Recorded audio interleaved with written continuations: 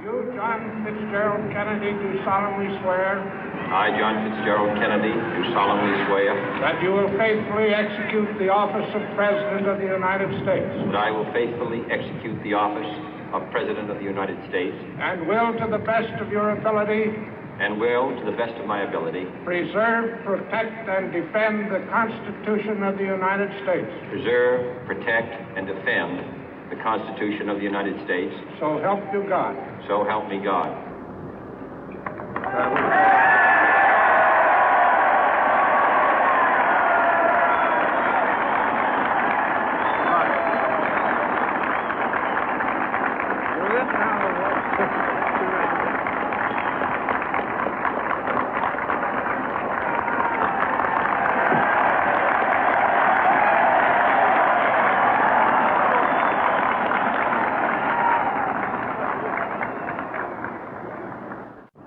Vice President Johnson, Mr. Speaker, Mr. Chief Justice, President Eisenhower, Vice President Nixon, President Truman, Reverend clergy, fellow citizens.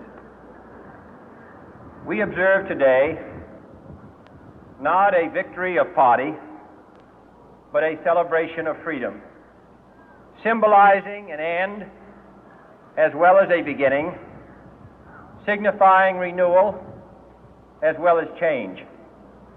For I have sworn before you and Almighty God the same solemn oath our forebears prescribed nearly a century and 3/4 ago. The world is very different now, for man holds in his mortal hands the power to abolish all forms of human poverty and all forms of human life. And yet the same revolutionary beliefs for which our forebears fought are still at issue around the globe. The belief that the rights of man come not from the generosity of the state, but from the hand of God. We dare not forget today that we are the heirs of that first revolution. Let the word go forth from this time and place to friend and foe alike that the torch has been passed to a new generation of Americans born in this century, tempered by war, disciplined by a hard and bitter peace, proud of our ancient heritage, and unwilling to witness or permit the slow undoing of those human rights to which this nation has always been committed and to which we are committed today at home and around the world.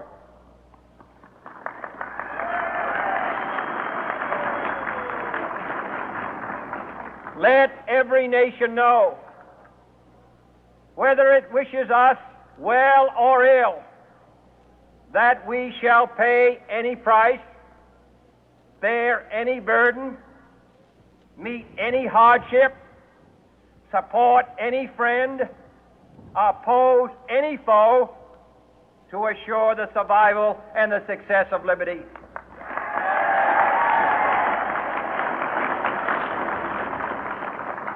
This much we pledge and more. To those old allies whose cultural and spiritual origins we share, we pledge the loyalty of faithful friends. United, there is little we cannot do in a host of cooperative ventures. Divided, there is little we can do, for we dare not meet a powerful challenge at odds and split asunder. To those new states whom we welcome to the ranks of the free, we pledge our word that one form of colonial control shall not have passed away, merely to be replaced by a far more iron tyranny. We shall not always expect to find them supporting our view, but we shall always hope to find them strongly supporting their own freedom, and to remember that in the past, those who foolishly sought power by riding the back of the tiger ended up inside.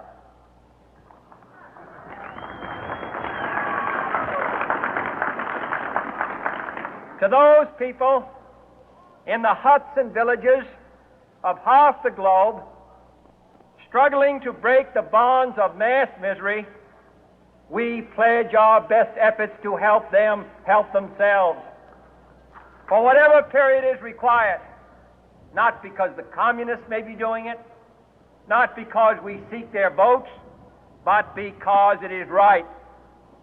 If a free society cannot help the many who are poor, it cannot save the few who are rich.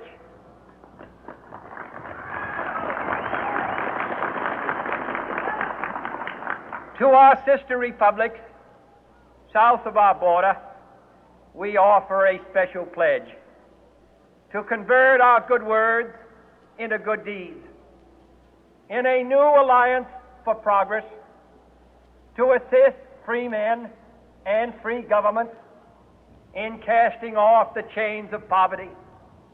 But this peaceful revolution of hope cannot become the prey of hostile powers. Let all our neighbors know that we shall join with them to oppose aggression or subversion anywhere in the Americas. And let every other power know that this hemisphere intends to remain the master of its own house.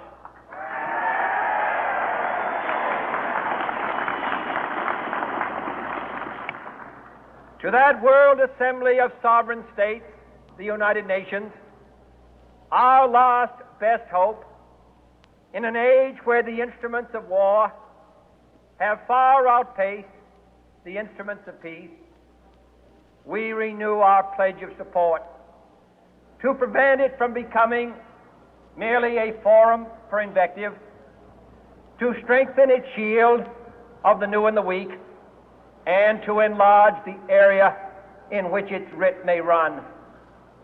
Finally, to those nations who would make themselves our adversary, we offer not a pledge, but a request that both sides begin anew the quest for peace. Before the dark powers of destruction, unleashed by science, engulf all humanity in planned or accidental self-destruction, we dare not tempt them with weakness, for only when our arms are sufficient beyond doubt can we be certain beyond doubt that they will never be employed. But neither can two great and powerful groups of nations take comfort from our present course, both sides overburdened by the cost of modern weapons, both rightly alarmed by the steady spread of the deadly atom, yet both racing to alter that uncertain balance of terror that stays the hand of mankind's final war. So let us begin anew, remembering on both sides that civility is not a sign of weakness, and sincerity is always subject to proof. Let us never negotiate out of fear, but let us never fear to negotiate.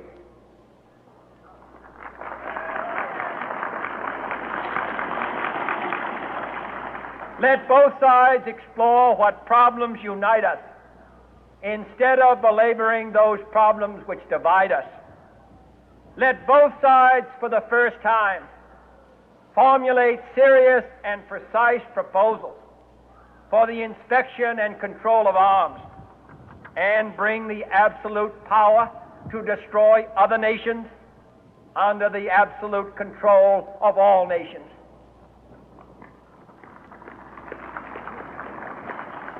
Let both sides seek to invoke the wonders of science instead of its terrors. Together, let us explore the stars, conquer the deserts, eradicate disease, tap the ocean depth, and encourage the arts and commerce. Let both sides unite to heed in all corners of the earth the command of Isaiah to undo the heavy burden and let the oppressed go free. And if a beachhead of cooperation may push back the jungle of suspicion, let both sides join in creating a new endeavor, not a new balance of power, but a new world of law, where the strong are just and the weak secure and the peace preserved. All this will not be finished in the first 100 days, nor will it be finished in the first 1,000 days, nor in the life of this administration, nor even perhaps in our lifetime on this planet. But let us begin.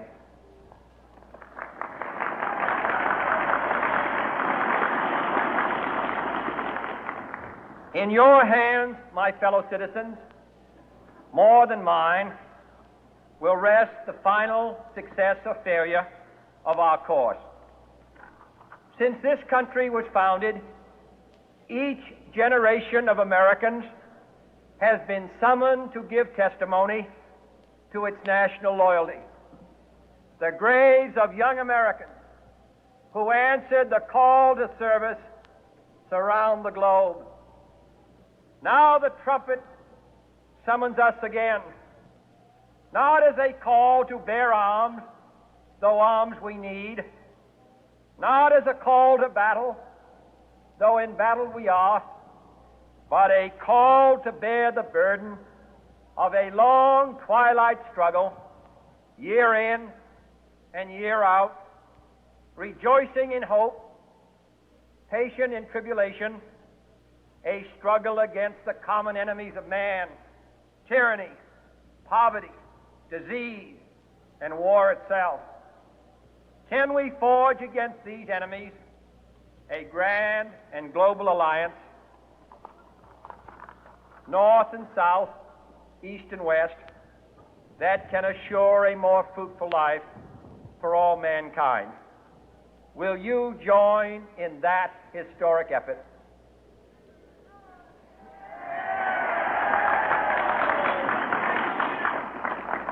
In the long history of the world, only a few generations have been granted the role of defending freedom in its hour of maximum danger.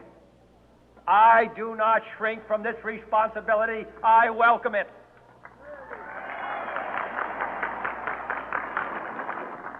I do not believe that any of us would exchange places with any other people or any other generation.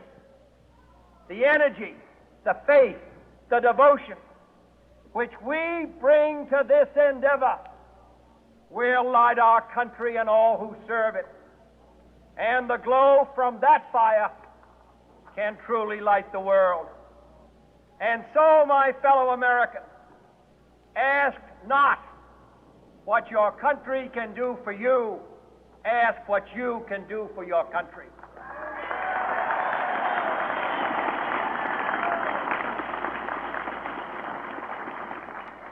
My fellow citizens of the world, ask not what America will do for you, but what together we can do for the freedom of man.